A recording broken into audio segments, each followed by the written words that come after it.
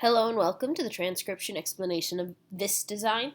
It was done using a script that uses dots and lines on these four different stems to make our consonants. And vowels are a bit trickier. They're smaller circles and they have different positions depending on what vowel they are. So an A is outside the word circle, or an E, I, and U are all on the line of the word circle, whereas an O is towards the middle of the word circle. And if they're attached on one of these four consonant stems, so that's this dotted line around here, except this is kind of a bad diagram because it's not exactly on the line for any of these for the A. It makes more sense on this diagram, which actually shows all possible combinations of vowel and consonant teams. So here's like an E by itself on the line of the word circle. Then we have a deep divot with an E centralized in the middle of it. Then we have a J-E. So here's the J stem, a circle inside the word circle with an E on it.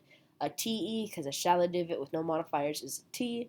And then a circle on the line of the word circle, or a TH with an E in the middle of it.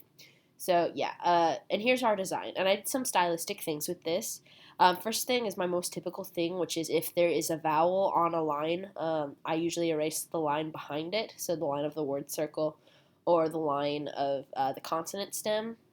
But I don't erase the modification lines, obviously.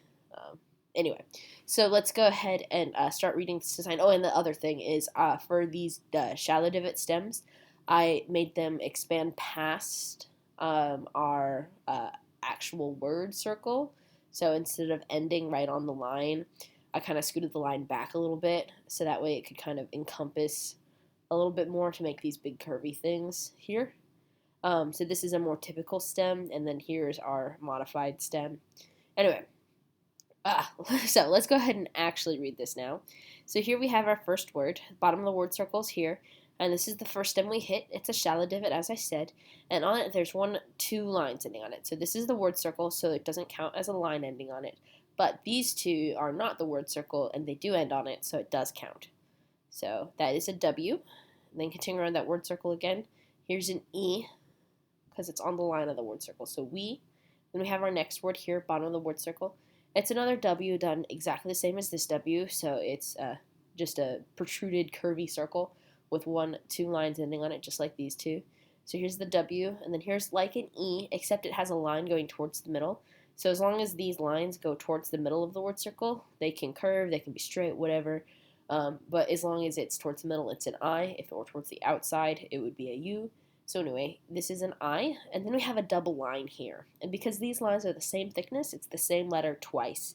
So it's both the J stem, so the circle inside the word circle stem, and there are 1, 2, 3 dots by it. So that's a double L. So W-I-L-L, so will. And then here's our next word. Bottom of the word circle's here. Here's our first letter stem. 1, 2, 3 lines on it, so that is a M. And then we have another I because it's got a line going towards the middle. If again we're going towards the outside, it would be a U. So M-I, and then we have this shallow divot with this thin line going inwards, a thick one, and a thick one. So that would be 3 lines here, and that is an S, so like that. And then we have another S done exactly the same way, 1, 2, 3. So M-I-S-S, so miss. And last but not least, we have this circle, word circle, and on it there's a circle on the line of the word circle. So here with 1, 2 dots closer to that, so that's a Y, and then we have an O on the line of that word, on the line of that consonant stem. So here, so it's like this, and then U, line going outwards, and anything. O's are kind of tricky as far as that overlapping, like erasing behind it. Sort of thing I do with the vowels, because this could look like a P instead of a O, because a circle inside the word circle with 2 lines is a P, but because there's 2 dots here, the dots have to go somewhere, and they can't go, you can't have both lines and dots on a letter.